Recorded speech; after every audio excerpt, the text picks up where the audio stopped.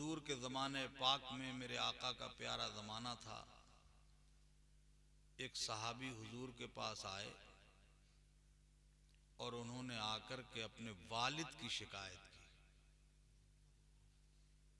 अपने वालिद की शिकायत की कि हुजूर, मैं कमाता हूं, मैं मेहनत करता हूं और मेरे वालिद साहब मेरी सारी जायदाद पर कब्जा जमाना चाहते हैं और मुझसे ये मांगते हैं, वो मांगते हैं। वो उन्होंने शिकायत की।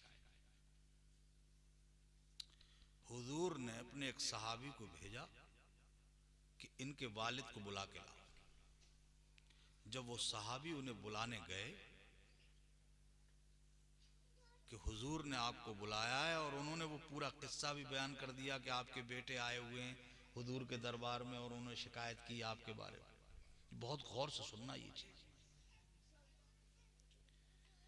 का उन्होंने शिकायत की, हुजूर ने तलब फरमाया दरबार में। वो सहाबी चले, चूंकि फरमाने मुस्तफ़ा था, हुजूर का इरशाद था, जाते क्यों नहीं? बारगाह रिसालत में चल पड़े और चले तो दिल में सोचते हुए चले कि आज मुझे ये भी दिन देखना पड़ रहा है। वो मेरा बेटा जिसे मैंने कैसे कैसे पाला, कितनी मुश्किलों से मैंने उसे जवान किया, धूपें मैंने सही, सर्दियां मैंने बर्दाश्त की, इस बेटे के लिए मैंने क्या कुछ नहीं किया। आज वो बेटा, वो अरबी अशार अपने दिमाग में इसी तरह के गुनगुनाते हुए बारगाहे रिसालत की तरफ जाने लगे। यानी वो एक कर्ब था, एक दर्द था जो छुपा हुआ बाप का, वो उनके दिमाग में आ गया और वो आंसू बहाते हुए जा रहे थे। इधर ये मंजर तो था ही मदीने में, उधर उनके दिल के निकले हुए अशार और उनकी दिल की निकली हुई बात बाबे इजाबत इलाही से टकराई। मेरे रब ने उनके दिल की बात को कबूल फरमाया और समात फरमा के बुलबुले सिदरा जिब्रील अमीन को भेजा, जाओ मेरे महबूब के दरबार में, और ये आने वाला मेरा बंदा जो अपने दिल में कह रहा है, ये पूरे अशार मेरे महबूब को जाकर कि उनकी क्या ख्वाहिश है, उनकी क्या तमन्ना। जिब्रील अमीन उनसे पहले हुजूर के पास आ गए और उन्होंने आकर हुजूर से सारी बातें कह दी कि हुजूर, ये जो बेटा आपके बारगाह में शिकायत करने आया है, इसके वालिद साहब अपने दिल में ऐसे ऐसे ख्याल सोचते हुए आ रहे हैं।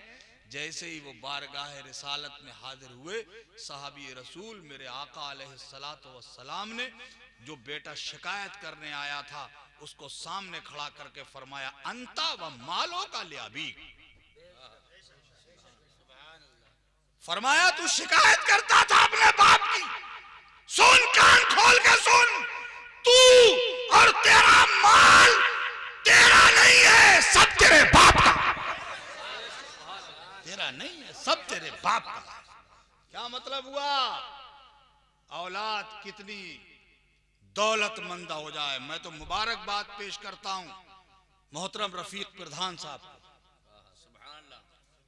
मैंने देखा है वो वक्त में मैं यहां रहा हूं जिस जमाने में ये कारोबार बाहर करते थे, हाजी साहब यहां होते थे, दौलत की इतनी रेल पेल नहीं थी, दौलत का इतना बड़ा सरमाया ये रफीक साहब ने अपनी मेहनत से कमा करके अपने बाप के कदमों में डाल दिया है और ये साबित कर दिया है कि नबी पाक ने कहा, अंतावा मालों का ले अभी, तू और तेरा माल सब तेरे बाप का है। रफीक साहब ने अपने अमल से ये साबित करके दिखा दिया है, सब कुछ लाके बाप के कदमों में डाल दिया है। बाप जैसा चाहे इनके माल में वैसा करते, वो जितना चाहे जिसे दे दे, जिसे चाहे बांट दे। रफीक साहब कभी अपनी जबान पे हरफे शिकायत नहीं लाते। बड़ी बड़ी मोटी रकमें हाजी साहब ने अपने हाथों से मदरसों को अता की, मगर रफीक प्रधान ने कभी ये नहीं कहा, अब्बा मैंने कितनी मेहनत से कमाया और आप ऐसे लुटा रहे हैं। नहीं, कभी ऐसे वफादार बेटे अल्लाह सबको अता फरमाए। मेरे अजीज भाइयों, हर माँ बाप की तमन्ना होती है हमारी औलाद नेक हो, अच्छी हो, सच्ची हो। और एक बात मैं और बताऊं आपको, सब अक्लमंद लोग बैठे हो, दिमाग लगाना। दुनिया में तुम्हारे दोस्त बहुत होंगे, यार बहुत होंगे, तुम्हारी मोहब्बत की कस्में खाने वाले हजारों मिल जाएंगे, तुम्हारे पसीने की जगह अपना खून बहाने की कस्में खाने वाले मिलेंगे। मगर दिल पे हाथ रख के सोचना, तुम्हारा कितना ही अजीज हो, कितना ही अजीज दोस्त बन जाए कोई, क्या वो तुमको अपने से ज्यादा कामयाब देखना चाहेगा? कोई है दुनिया में ऐसा जो अपने आगे किसी और को अपने से ज्यादा कामयाब देखना चाहे? मिलेगा कोई? इस जमीन पे ढूंढने निकल जाओ, कोई नहीं मिलेगा। हां, एक जात ऐसी है, इसी जमीन पे है। ए औलादो, ए मां बाप की शान में ऊंची आवाज से बात करने वालों, ये तुम्हारे लिए तंबीह है, सुनो। इस जमीन पे कोई जात है, कोई हस्ती है जो तुमको अपने से ज्यादा कामयाब देखने की ख्वाहिश रखता है। वो कोई और नहीं, वो तुम्हारा बाप है, और कोई।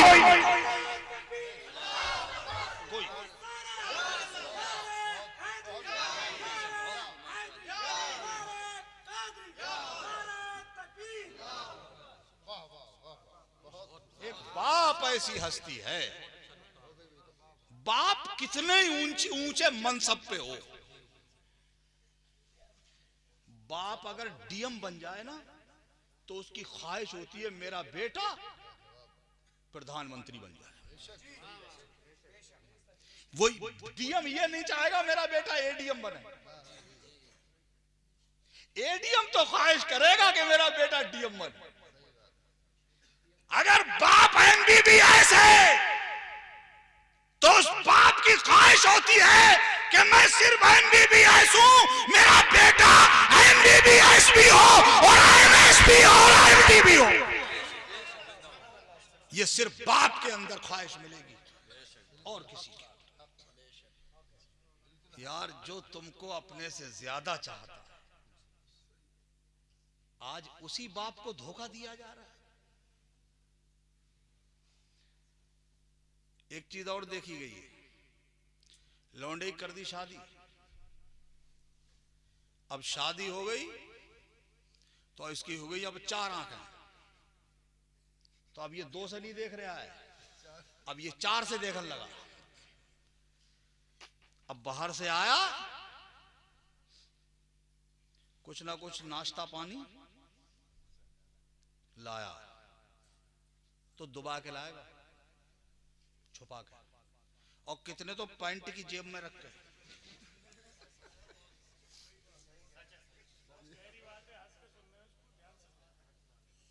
छुपा के लेके आता है और घर में घुसेगा, देख लेगा चारों तरफ, अम्मा किधर बैठी है और अब्बा किधर बैठे हैं, बुढ़ाई देख तो नहीं रहे, और सीधा बेडरूम में मेम साहब के पास, और मैडम को ले जाके वो नाश्ता देता है, लो तुम्हारे लिए लाया है।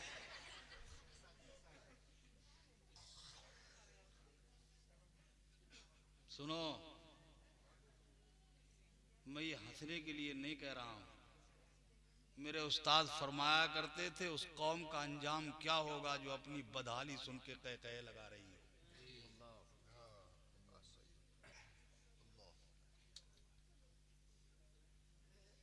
माँ ना देख ले, बाप ना देख ले, छुपा के बीवी के लिए लाया है। मैं बीवियों के नाश्ता कराने को मना नहीं कर रहा हूं, मगर मैं एक सवाल करना चाहता, जिस मां से तुम छुपा के लेके जा रहे हो, जिस बाप की नजरों से छुपा के लेके जा रहे हो, कभी एक लम्हे के लिए तुम्हारे दिमाग में यह भी ख्याल आया है कि मैं जिस माँ से छुपा रहा हूं, जिस बाप से छुपा रहा हूं, ये वो मेरी माँ है जिसने पूरी जिंदगी मुझसे छुपा के एक लुकमा तक नहीं खाया।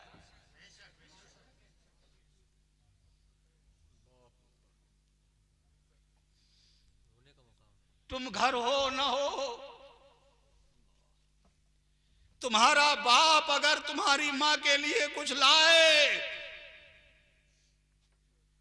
और वो पूरे घर के लिए पूरी ना हो पाए, तो मां अपना हिस्सा खुद नहीं खाती।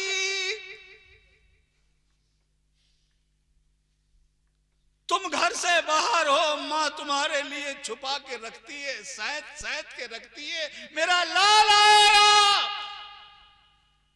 मगर आज तेरी मां ने तेरी शादी कर दी, तो तू उसी मां से छुपाकर अपनी बीवी को खिलाने लाया है। याद रखो, जज़ाकल्लाह, यह ऐसा अमल है जिस अमल की बुनियाद पर मेरा रब तुझसे नाराज हो सकता है। सोचा है? ये सिर्फ मां का कलेजा है, मां का। हमने तो माओं को बद्दुआएं भी देते देखा है अपनी औलाद को।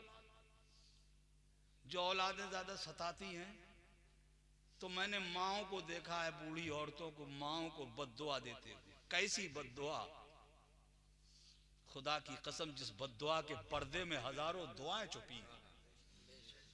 मां को बद्दुआ करते नहीं देखा है? मां क्या कहती है अपने ऐसे बेटे को जो नालायकी करता है, उसे बद्दुआ देती है, अच्छा तू मुझे सता रहा है, तू भी खूब लंबी उम्र पा, तेरा भी सिर हिलने लगे, तेरे खूब नाती पोते हो, खूब बड़ा, खूब निरे बच्चे हो, फिर तेरा बेटा तुझे सताए। ये कैसी बद्दुआ है जिसके पर्दे में हजारों दुआएं छुपी है? मां बद्दुआ भी दे रही है, मगर बद्दुआ मरने की नहीं, लंबी जिंदगी की। सोचो, और वो भी मेरा बेटा लावलद ना रहे। सोच कैसी दुआ दे रही है मां तुझे, तू तेरी लंबी उम्र भी हो और तू औलाद वाला भी हो और तेरी औलाद के भी औलाद हो। ये कैसी दुआ है? सोचो, ये मां की दिल की निकली हुई दुआ है